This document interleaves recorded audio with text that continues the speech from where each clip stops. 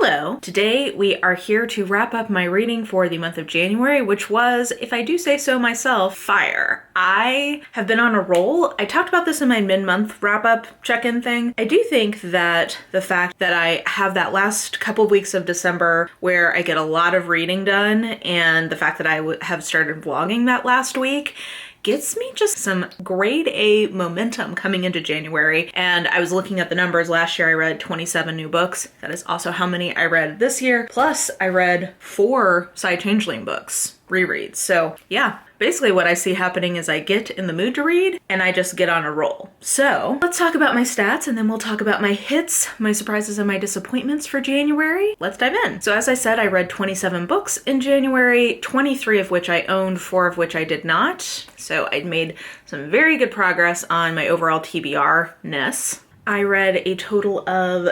8,945 pages for an average book length of 332 pages. Average amount of time, something that had been on my TBR, was 15 months, which is a long time, but that included me reading a few books that have been on my TBR for a very long time. So we'll actually call that a win that I finally got to them.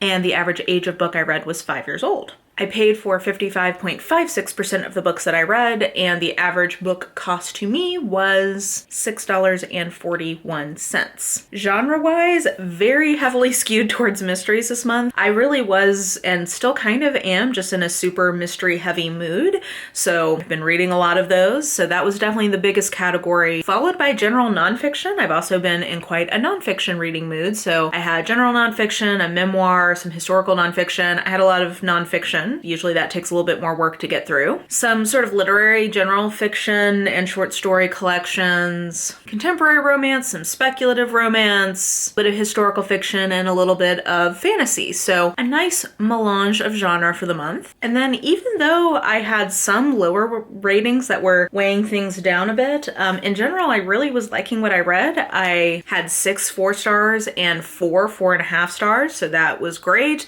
And then, my highest given one was 3.5, pretty typical, and then down from there for an average rating of 3.43 stars. So overall quality of reading this month was great, and quantity was also great. I mentioned this in my mid-month check-in. I think the fact that I'm vlogging more, or have been in the mood to vlog more, has really given me some pep in my step with my reading. So I'm gonna keep doing that. I know not everybody loves the vlogs, but a lot of people seem to be reacting pretty well to them. So I'm just gonna keep doing that for now, because for as long as I'm in the mood to do it, I guess that's what we'll keep doing. So let's talk about what challenges I addressed. So, as I mentioned, I have been reading a lot of Side Changeling books. I actually technically also finished Allegiance of Honor on the first day of the month, but not even counting that because I mostly read that on the 31st. But anyway, so I read 4 Side Changeling books, and I was gonna keep going to Last Guard, but I've decided I'm gonna wait until I get my copy of Storm Echo, which is the book coming out this year, and read those back to back. Then I had a couple of buddy reads. So I talked about Guns of the Dawn already at my mid-month check-in and in the book club. That is posted over on Leanna's channel, so I'll just refer you to there. And then I also buddy read That Weekend by Kara Thomas. This is a YA thriller. Kara Thomas is one of my favorite YA thriller authors. I think her actual prose is truly a cut above most of what is put out there. She's a great writer. This one was very divisive, which is part of why me and Alexa Dunn ended up buddy reading this together, because we had heard a lot from people being like, the ending of that is terrible, basically was the main feedback I had heard. And I will say the ending of this is a choice, and it's a choice that not everybody's gonna be down with. I feel like if you've read it, you want to know my non-spoilery take on the ending, basically is that I think the ending and the direction should have either been more fucked up or less fucked up to have been fully successful. But I will say that this was incredibly bingeable, and how I just couldn't put it down once I got kind of to the 50% mark. I also really liked that this was not, so I don't want to spoil this, so let's just say that there were things about this that I think don't go along with what have been very prevalent trends in character types and sort of tone and ending types in YA mystery recently. So I personally really appreciated that, and that I felt like this was more of a mystery thriller than we've been getting a lot of in YA. So there were definitely things about this I liked. I don't think that the choices with the ending were wholly successful, but I think I saw some people talking about how they felt like it was an absolute no-go, that they just hated the ending. Either just they didn't like what it did, or they felt like it wasn't appropriate for a YA audience. That's completely valid. I get that. For me, that wasn't really my experience, but if you have very strong things about things that should or shouldn't be addressed in a YA story, maybe go do some digging on some of the things that come up in terms of content warning. I'll leave it there. But anyway, I did enjoy this. I'm glad I finally got to it. I'd pre-ordered it last year, so it was good to finally get to it. And then other challenges with books that I won't address in a different category. So I also read Mediocre by Ijoma Aluo, I believe is the author's name, which was for the Communa Read, which Jess Owens hosts every other month. And I really enjoyed it. I'm glad it finally, Mediocre had been on my to read list for a while, but her picking it kind of like pushed me to go ahead and read it. I really enjoyed it. I think the audiobook is very good. It is the kind of book that really makes you mad. Make sure that when you're reading it, you're in a headspace to be pissed off, especially if you're a woman and especially if you were a woman of color. I really felt like it did a really good job of capturing a lot of the things that women kind of intuitively know about essentially mediocre white men, which is why it's called Mediocre, and that's become sort of a saying online in the last few years. It captures a lot of the history of where that sort of ethos and sort of cultural norm comes from, and I think it diagnoses that in a very clear way that, like I said, will piss you off. I will say though, I think for it to have been like amazing, there would have been a little bit more on the prognostication side. That wasn't really the project of the book, so I feel kind of weird making that my criticism, and I do think an integral part of change is awareness raising, and I definitely think this book did a good job of it. For me personally, in my taste in nonfiction,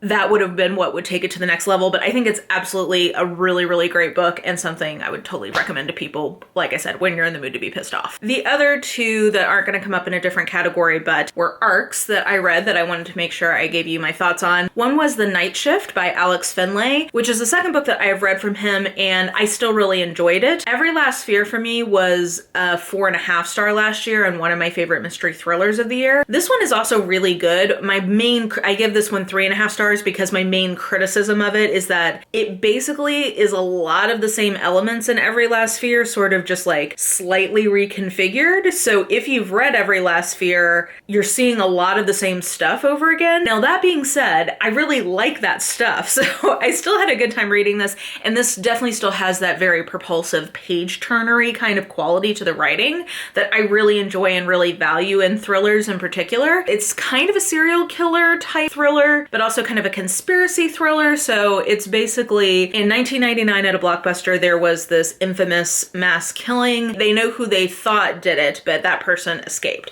Now, 20 years later, whatever it is, there's another mass killing, and so they're trying to figure out, is it a copycat? Is it the same guy who's come back? And we get it from the vantage point of one of the girls who survived the first killing, the brother of the guy who escaped from that first killing, and the FBI agent who has been brought in. I actually quite liked that the FBI agent, we saw her in the first book, and she totally undercuts this trope, which is the tortured police or federal authority figure, like the tortured detective. She's in this super sweet relationship with this cinnamon bun of a husband. In this book, it's actually set earlier than Every Last Fear, and she is heavily pregnant with the twins that we meet in Every Last Fear. So I think that that also added an interesting element of suspense in terms of the stakes for her safety. So I liked that, and I do just like the quality of his writing. I just wish that this story had been more different than Every Last Fear. That's basically the thing that held me back from super loving it. But yeah, I actually really enjoyed this, and I like that there's an actual mystery included in it. That's a recurring theme for me with mystery thriller, is that I get annoyed when it's all thriller and no mystery, if it's a trope where part of what I like is a mystery. Oh, and then Under Lock and Skeleton Key by Gigi Pandian. This is my first outing with her, and this is a contemporary cozy mystery that I liked much better than I tend to like cozy mysteries that are written today. I picked it up because I was very intrigued by the concept, which is that our main character is a disgraced magician, and her family business is building like these secret staircases or like secret rooms and stuff.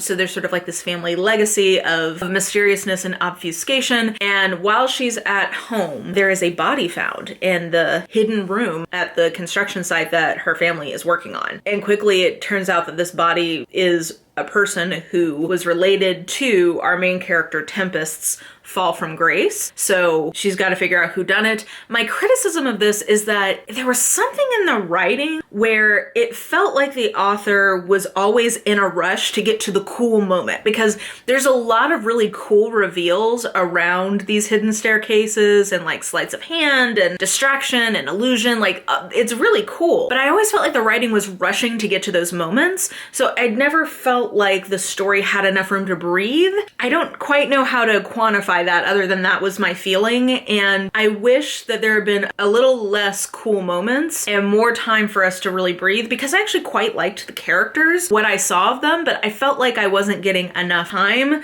to really enjoy them fully and really enjoy the story unfolding. So this wasn't wholly successful for me, but it's one of the few contemporary cozy mysteries I've read that I would feel really happy to recommend to anybody who's interested in trying that subgenre, because I think it's a better version of it. It didn't have the tweeness or the sort of like cheesiness that sometimes comes with that genre. And not that I'm against corn or cheese in storytelling. I just don't personally tend to like the way that happens in cozy mysteries. So for me, it didn't have that factor, which I really liked. And I did think it was a unique and cool premise. So Execution, not my all-time favorite, but did overall enjoy the story and would recommend it to people interested in that kind of book. Okay, let's dive into disappointments, and we'll start with maybe the most disappointing and move to the least. So I would say definitionally the most disappointing book I read was The Dark Side of the Road by Simon Green, because I DNF'd this.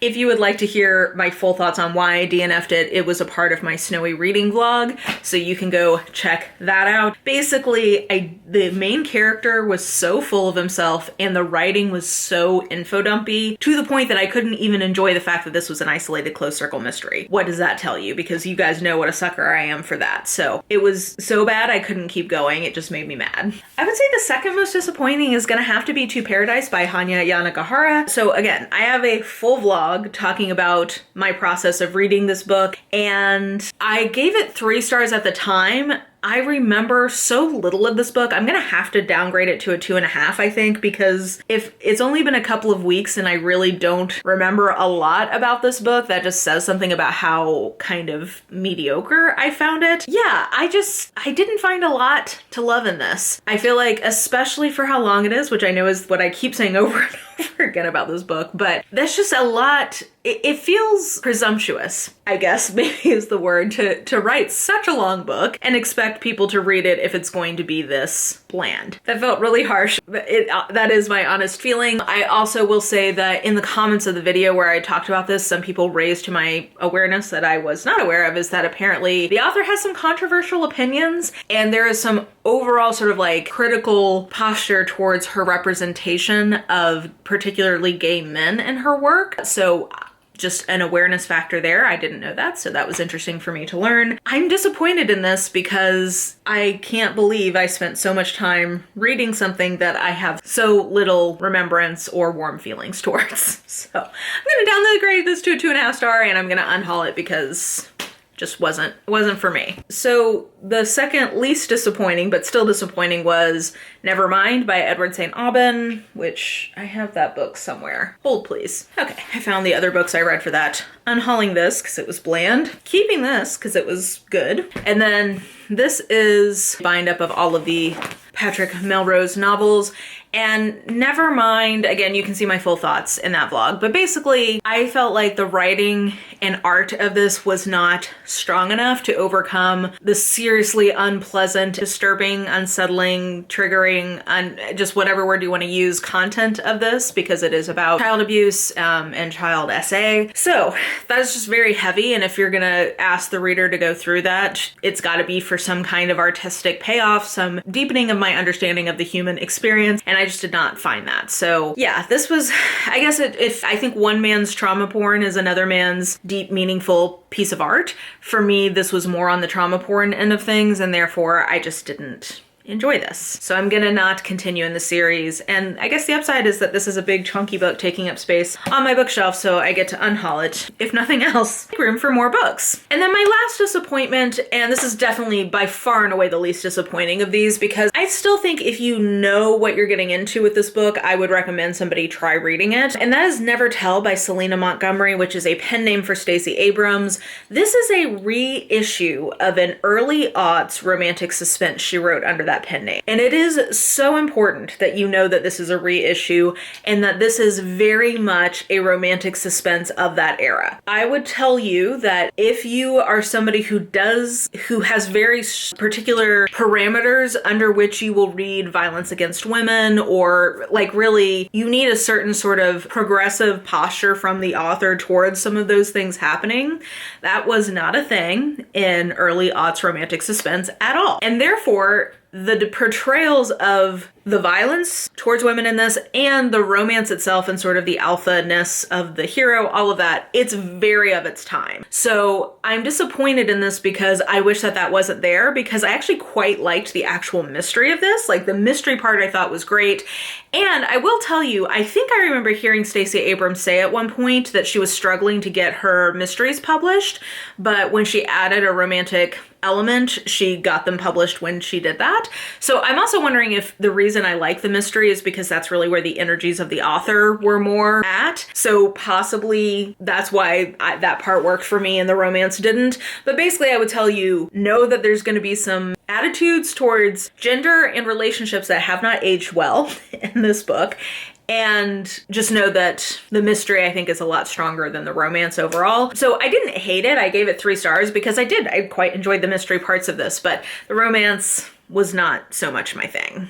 And then 2 surprises I wanted to mention. So first of all, Monroe by Kresley Cole. I stand in awe that I actually have this in my hot little hands here for you today, because we have been waiting for this book for I think 5 years now, and there's been a lot of travails in the life of the author that have prevented this from coming out sooner, so, you know, no hate there. But you're talking about who has sort of been the George R.R. Martin or Patrick Rothfuss of speculative romance. It has been Kresley Cole. Like, people have been waiting for this GD book for quite some time, and there was a lot of like, oh, it's never gonna come out. It has finally come out, and I think that this is signaling that the series is actually going to continue, hopefully, because I really want, for people who absolutely love the series, it's one of their favorites, all I want for them is to have some satisfying payoff to their patience for this. So yeah, I would say the reason I put this as a surprise is that the hero, I was expecting to be a real alpha hole based on the story we got with his brother. The good news is this is probably the closest thing to a cinnamon bun that I think Kresley Cole has written in this series. He is much, for Kresley Cole hero, he's downright chill, zen. He definitely still has his moments, but I was very surprised to see such a pleasant hero, and one where I didn't end the book feeling like, oh my gosh, like I just don't feel like the grovel matched the crime. Why am I supposed to be rooting for this guy? Because that tends to be my criticism in this series, is that I often feel like the heroes just get away with way too much, and I didn't feel that way in this particular book. My criticism of this book would be more that I think the heroine was a little bit too stupid to live, and she just wasn't my favorite, but we got some great moments with like Lothair and Nyx and like the whole gang who we've been missing, so I thought that was great. So not the strongest in the series, but surprised to see such a chill hero relative for Kresley Cole, and I'm just happy. I'm frankly surprised it actually came out, so I felt like it had to go on the surprise category. Then my other hit was Weather Girl by Rachel Lynn Solomon. This was a surprise just because it totally wasn't really on my radar at all. I randomly saw someone tweeting that they'd read and enjoyed it, and I looked at the synopsis and was like, oh, that looks like fun. Basically, the setup is supposed to be 2 people who work at a news station. He's the sportscaster, she's one of the weather girls, and they are trying to get their bosses, who are also working at this news studio, they are divorced and they have a very tempestuous relationship. They're trying to get them back together so that everybody's work life will be better and they fall in love in the process. That was really cute, though I felt like, I don't know, I wish we'd actually, I don't know that that part was like the strongest part of the book. The thing that I really liked were the 2 characters. They were just so sweet. They were both people you were rooting for. I didn't realize that Rachel Lynn Solomon's books tend to have Jewish characters, so that was something different different, and they kind of bond over being some of the only Jewish people at their work. And then also the hero is fat, and we don't see that very often, and I liked how that was dealt with. I liked that she was into his body and explicit about that. I don't know, I just thought that it was two lovely people, and I don't know, this was super sweet. This made me want to read a lot more from Rachel Lynn Solomon, but yeah, it just didn't end up being quite the book I thought it was going to be, but in a very pleasant surprise kind of way. So yeah, there were elements to this I wasn't expecting that I really enjoyed, and I think I have a new author to seek out for contemporary romance. Okay, and then let's move into my hits. So my 2 4-stars I wanted to mention. One of these, I talked about this in my Snowy reading vlog, so I think I'll just point you to there for detailed information. But bottom line on this is, been putting off reading this, actually ended up really enjoying this. I think I wish there had been more or better character development, but if you were looking for a fast-paced thriller that also doesn't center around murder in the same way that thrillers normally do, it's more around a kidnapping and like trafficking. So that's just something a little bit different. But yeah, this was, if you're looking for a snowy thriller that is very fast paced, I didn't want to put this one down. This one definitely fits the bill. I've heard a lot of people talk about this as a good place to start with thrillers, and now having read this, I definitely very much agree with that. The other 4-star I wanted to mention is the Book of Cold Cases by Simone St. James. Now, her book, The Broken Girls, is one of my all-time favorite mystery thrillers. Love that. I didn't love this one the same way because this has the classic issue. Take a shot if you know what I'm about to say about a mystery thriller, and that is that there was a dual timeline, and I was more interested in one timeline rather than the other. I will say that I'm almost always more interested in the present timeline, and that was certainly the case here. You will hear that criticism again here in a second about a different book. Yeah, I just wish that this had been more in the present because I was just more invested in the present timeline. But it has a lot of catnip of things I really enjoy. It has a spooky, creepy house. Simone St. James always has sort of like a paranormal element to her mysteries, and so there's like a haunted house. I thought that was very effective. It has a crime vlogger, so like a true crime blogger element to it that I think is always fun. And I also felt like we had character types that we don't see all the time in mystery thriller, and I just like them. This is the second book I've read from her, and I will say both of the books I've read don't have this certain sort of hard-boiled cynicism to it and an entire book of morally gray characters. It's not that I can't enjoy those things. I just think personally right now that is very overplayed in thrillers. Like, I get it. You're an edgy, emo, dark boy. Like, I get it, but I am just kind of sick of that. And I feel like her books, both of the ones I've read, don't have that kind of tone to them. And I personally really find that refreshing right now in mystery thriller. I also really like that there is a certain kind of way she handles her romantic storylines in both of the ones I've read that I really like. And both of the ones I've read have older female characters that I think are really engaging and interesting in a way that we don't always see. So I liked all of those elements. The only thing that kept this from being a 4.5 or a 5-star for me is the fact that I was just much more invested in the current timeline as opposed to the past one. So that's where I ding it down. But otherwise, I really enjoyed this one. I think that this is definitely going to be a big crowd pleaser. If you like Simone St. James, I think that this will deliver what you like from her. And if you've not tried her, I think that this would be a perfectly good one to give a go with because I think it's pretty representative based on the 2 books I've read of what she seems to be into. I also have like 5 of her backlists that I need to get to at some point, and I keep putting them off because I like want it to be a treat, but I need to just go ahead and read them because I have them. But anyway, that would, I would say, be my highest 4-star of the month. And then 2 hits that I don't think I'm going to talk a lot about because I talked about them at length in another video. One is Shiver by Ali Reynolds. This I talked about at length in my Snowy reading vlog. This was an isolated closed circle mystery that delivered what I like. If it hadn't had a dual timeline that I wasn't as interested in, this probably could have gotten all the way up to a 5-star, who knows. But if you like that trope, I think that this delivers a lot of what I personally like about it. And you can see my full thoughts, including some content warnings, in the Snowy reading vlog. And then Anti-Diet by Christy Harrison. I really enjoyed this and wanted to get it for reference. I just did a big video about the wellness aesthetic where I talked about a lot of the things that I like about this particular book in that video. I am going to try to be more, this made me aware that I need to be more conscious about how I kind of talk about some of these topics on the channel. So I don't want to get into it further beyond just saying that for me, there was a lot in here that synthesized things very helpfully. I am making no endorsement or unendorsement of some of the suggestions it gives. I am just saying that the kind of analysis of diet culture I found to be very compelling, and I will just refer you to that hour-plus long video if you want to hear more of my thoughts about things in this area. Which, by the way, thank you guys for being so great and supportive on that video. I was really nervous about the comment section and everybody was very kind, so I appreciate that. Okay, so then let's end with the two books I'm going to talk more about. So first of all, this is so obnoxious because I know this book doesn't come out until August, but guys, I have been having a time at work. It has just been very stressful. There's been a lot going on. There's a lot of change. There's also some very high profile projects that are getting a lot of airtime with a lot of my bosses. So I have just had a lot of stress and pressure. With that, I ended a day and I was like, I just need something that's gonna make me feel good. So I went to my e-reader and I realized that I had just gotten a copy the day before, or that day, I forget, of Love on the Brain by Ali Hazelwood. Okay, so I was like, okay, screw it. I know I shouldn't read it this early, but I'm going to, and I'm sorry. Hopefully this just gets you excited for when the book comes out, right? Okay, Love on the Brain, Ali Hazelwood. If you did not like The Love Hypothesis, you will not like this book. If you like The Love Hypothesis, I think you will also like this book. It's not as good, I don't think, as The Love Hypothesis. It takes a little too long, in my opinion, to kind of get the story fully going. I think our heroine is not quite as take charge or plucky as our heroine in The Love Hypothesis. So I think at moments I felt myself being like, girl, come on, get it together. And I think the ending, if you thought the ending of The Love Hypothesis was too over the top, this ending is 3 or 4 steps beyond that. But all that being said, I didn't care because I had such a good time reading this. It delivered the exact same, just like bingeable prose. It was the same character types that I really like. It was characters in STEM.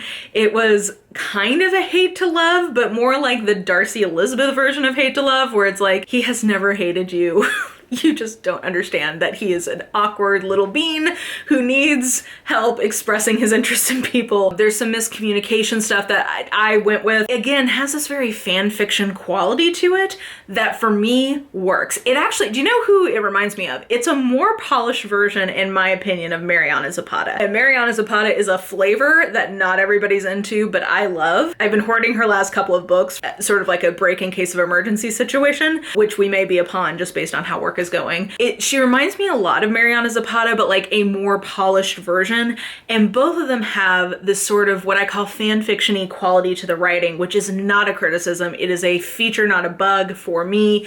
Other people are not going to like it, but the way they kind of build their characters, the types of conflicts they pick, the way they unfold those conflicts, the way they write sex scenes in particular, it reminds me so much of my like middle school fan fiction days in a wonderful way. And it's like Ali Hazelwood has that same quality as Mariana Zapata does, but like I think more polished. I think it's sort of taken to the next level. And I just love this book. It was so good. I can't wait for people to read it.